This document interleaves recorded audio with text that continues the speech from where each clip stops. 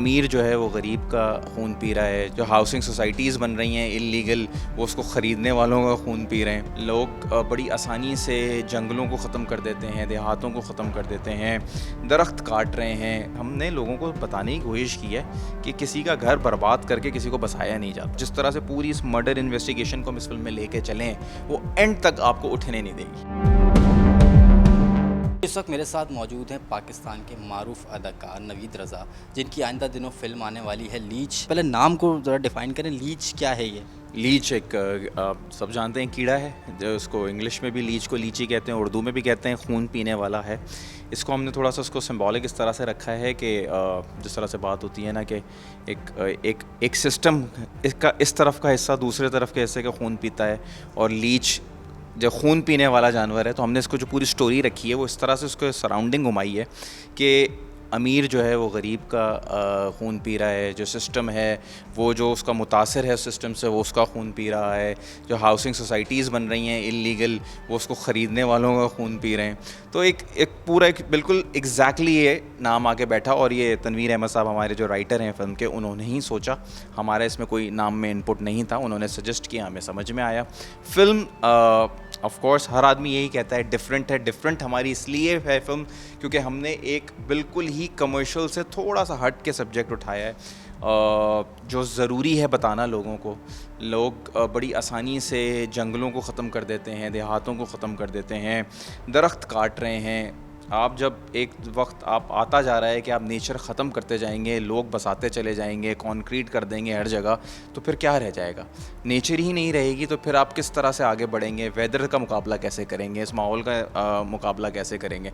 तो यही वजह है कि हम बहुत सारी चीज़ें भुगत रहे हैं, गर्मी भुगत रहे हैं, अर्थक्वेक्स भुगत रहे हैं। तो इसी के साथ साथ फिर इसमें तड़का लगाने के लिए हमने मर्डर मिस्ट्री भी बना दी इसको, तो मैसेज भी चला जाएगा, एंटरटेनमेंट भी रहेगी और लोग इसको एंजॉय करेंगे। अभी पिछले दिनों सोशल मीडिया पे एक बड़ी कैंपेन चली इसी हवाले से कि दरख्त लगाएं, कराची में जो है वो कंक्रीट का जंगल बना दिया है कराची को।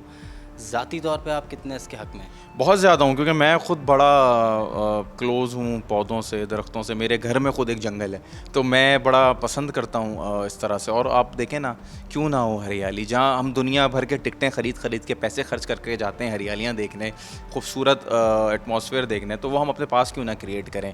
हम लोग पता नहीं ज़िंदगी की इतनी दौड़ में और इतनी परेशानियों में हमें फंसा दिया गया है एज़ नेशन कि हम इस तरफ सोचते ही नहीं हैं, हम इस तरफ देखते ही नहीं है। मुल्क को सजाने का हम सोचते ही नहीं है कि हमें कोई किरदार अदा करना चाहिए। तो मुझे लगता है कि इस फिल्म के थ्रू हो सकता है थोड़ी सी लोगों को एक सोच मिले, अवेयरनेस मिले, क्योंकि हमने अपना काम कर दिया है, हमने डॉक्यूमेंट कर दी है चीज़। अब लोग देखेंगे, आके समझेंगे। मैं ये नहीं कहूँगा लोगों के लिए ऐसा dry subject, not a dry subject, पूरी प्रॉपर कमर्शियल फिल्म है, लेकिन एक एजेंडे के ऊपर। मतलब आपको दिखेगा इसमें कि हमने लोगों को बताने की कोशिश की है कि किसी का घर बर्बाद करके किसी को बसाया नहीं जाता। आप भी कराची हाइट हैं, कराची में आपने देखा है, क्या समझते हैं दरख्त किसने ख़त्म किए? गवर्नमेंट ने तो नहीं किए। इसका ज़िम्मेदार कौन है? कहाँ गए दरख्त? जो कराची में माजी में हर गली में हर घर में दरख्त हुआ करते थे, अब वो कहाँ गए? किसने ख़त्म किए? क्या सरकार कैसे इसका हिस्सा नहीं है? जो अगर सरकार जो इन लोगों को कॉन्ट्रैक्ट्स देती है या जो परमिशन लेते हैं कंक्रीट ये बिल्डिंग्स बनाने की, कहीं से तो परमिशन मिल रही है ना।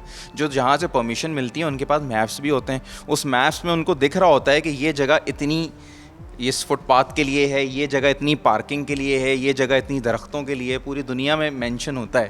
तो पार्किंग पे भी बिल्डिंग बना दी है, दरख्तों पे भी बिल्डिंग बना दी है।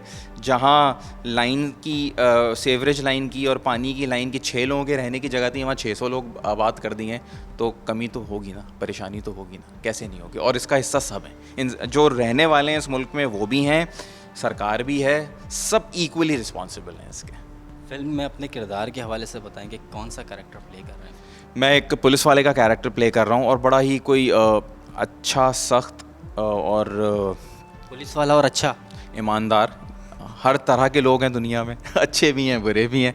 तो ईमानदार है, इसीलिए हालात का मारा हुआ है, परेशान है, लेकिन किस तरह से अपनी वसाइल को लेके चलते हुए इन्वेस्टिगेट करता है, चीज़ें करता है, किस तरह से पूरे मर्डर केस को सॉल्व करता है। या फिल्म में आएंगे तो आपको दिखेगा इंस्पेक्टर इसरार का कैरेक्टर है, और बड़ा ही इंटरेस्टिंग सा कैरेक्टर है। और जिस तरह से पूरी इस मर्डर इन्वेस्टिगेशन को हम इस फिल्म में लेके चलें, वो एंड तक आपको उठने नहीं देगी। पुलिस के किरदार की आपने बात की, आपकी एक और मूवी आ रही है, डॉक्यूमेंट्री फिल्म है जो कि 10 अगस्त को आ रही है, उसमें भी आपने पुलिस का किरदार अदा किया है। क्या वजह है कि इंस्पायर हो गए हैं पुलिस वालों से? एसएसयू कमांडो का कैरेक्टर था, उसमें केपीओ अटैक पे बनी है वो।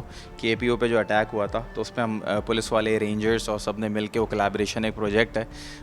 सो वो भी बड़ा दिल के करीब है। और उसी ज़माने में हमारी लीच की भी शूट हो रही थी जब उसकी हो रही थी, तो मुझे वहाँ पे रियल लाइफ कॉप्स के साथ काम करने में बड़ी आसानी हुई सीखने में, उनका मैनरिज्म और चीज़ें समझने में।